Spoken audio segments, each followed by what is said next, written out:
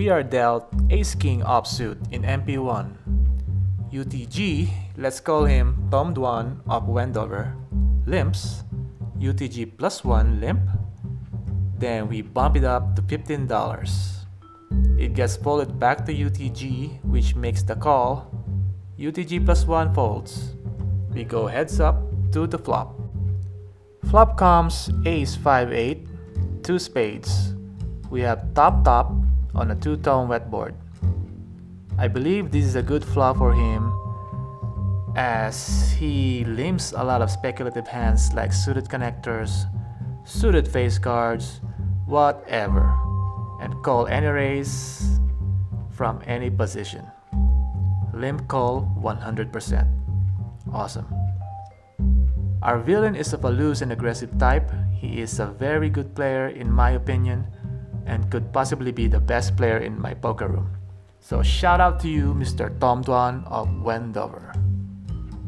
We do battle regularly, so that kind of affects how I play my hands against him. I took the fancy approach with this hand, so you guys will have to excuse my non-standard play. We check the flop to under-rep our hand a little bit. I'm not really worried about the spade draw as we kind of blocked that. We have the king of spades in our hand.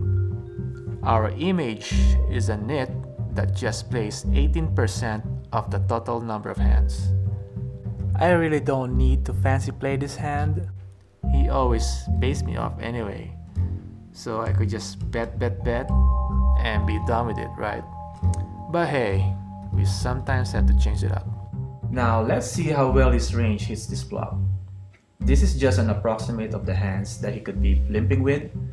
I'm sure I could add more hands in there, but I think this is a good enough approximate. So as you can see, with this flop, he can have one pair hands 44.8% of the time. But even that, we have his range crushed with 82.72% equity. We should be betting this flop always, but like I said, I want to be fancy some of the time. The turn is the 9 of hearts. This is an awesome card for his range, so there's a high chance that he improved on this turn card. As you can see, his equity improved to 22.7%. He can now have 2 pair 17.09% of the time. A straight 11.16%, but that's not too bad. I baited a check raise by underbetting. I bet $13 into a $32 pot. Unsurprisingly, our buddy here took the bait and raised $25 on top. What could he be racing with? I see hands like 5-7, 5-6, 7-8, 9-10, Jack-9, 7-10, 8-10. You get the picture. Of course, we can't discount that he could have turned 2 pair or straight. We call and let's see what he does on the river. The river is the 8 of clubs. I like this river card as the villain will likely to call us more often with any 5 and of course any 9. I only bet $45. That's a little less than a half pot bet to make sure we get a call by a 5, like worst 2 pair hands. A 9x hand will surely call. My villain's hesitation to call this bet makes me think he really had that 5. We can also represent a missed flush draw. I think we can get away with a larger bet size. This is the best. A larger bet size is best against opponents who seems to have folding problems.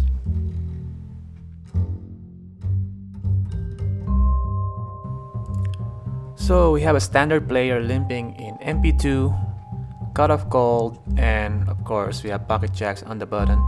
So we have a mandatory raise to $15. It gets folded back to MP2, which makes the call. So the flop comes 7 of hearts, queen of clubs, and 8 of clubs. That's not a bad flop for our hand. So certainly you can bet here, but I opted to check because I just don't like checking back the turn when I bet the flop. It's just a matter of preference. Also, it is worth mentioning that I saw the villain's eyes looked at his stack before checking. To me, that's a tell that he wanted to dunk bet the flop, so definitely he has a piece of this flop. We improved to a gutter on the turn, and what did I say about the villain having a piece of this flop?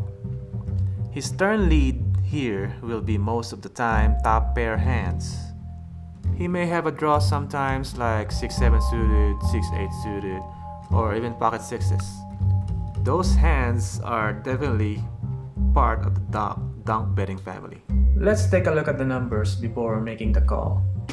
So we have pocket jacks, right? We got, yeah, right here, jacks. Pretty specific. Jacks, jack diamond, jack heart. And the villain can have a hand like 6-8 suited, 6-7 suited right here, maybe 2 pair hand, 8-7 suited. So these are the hands on the flop that he's wanting to dunk bet with. Okay, so he can have a hand like top pair hands, queen 9, queen 10, queen jack. You can also add a queen jack offsuit there, queen 10 offsuit, possibly no, not jack 10, queen 9 suited, and no, not ace queen, king queen maybe, king queen offsuit, and offsuit connectors. Yeah, I think that's about it. So I'm not sure if you can limp with offsuit connectors, but suited connectors like 6-7 suited, 8-6 suited, 8-7 suited, it's out there. Maybe let's put in 9-7 suited, 8-9 suited. So the flop is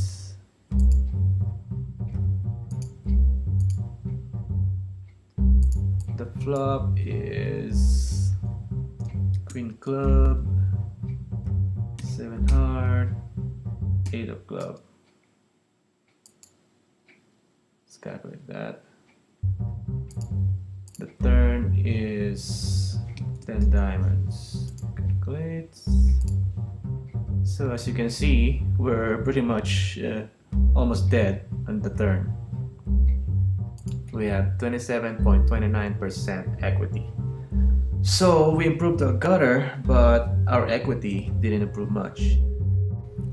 So we have 27.29% equity on the turn, and we are facing a half pot bet of $15, giving us 3-1 on a call. That means we need to be good 25% of the time to break even on a call. We have 27.29%, easy call. The river is the Knight of Hearts. Well, cash me outside, how about that? Our opponent bets $25, leaving him $110 behind. We have 2 jacks in our hand, so the nuts is double blocked. This is an easy all-in in most cases. But I debated between betting all-in and just betting close to his remaining chips. I chose to bet the latter as I didn't want to scare my opponent by announcing an all-in bet. So, I left money on the table, and this makes me sad.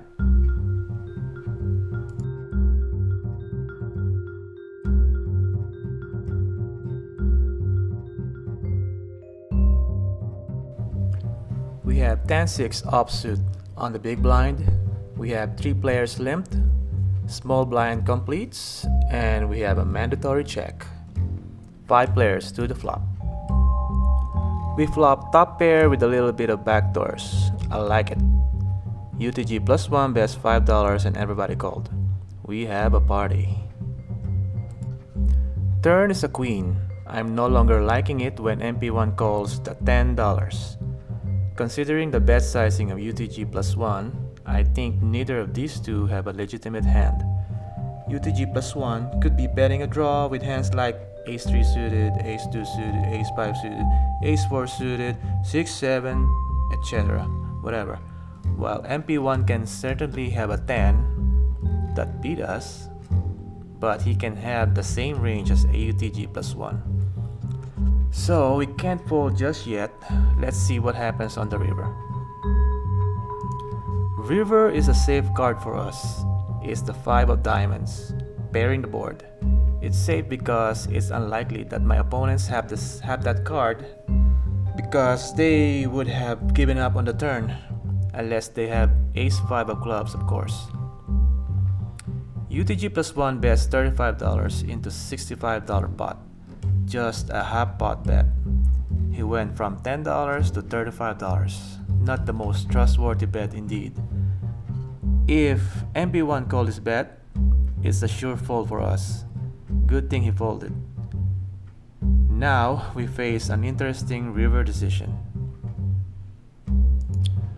Does the villain have a 10?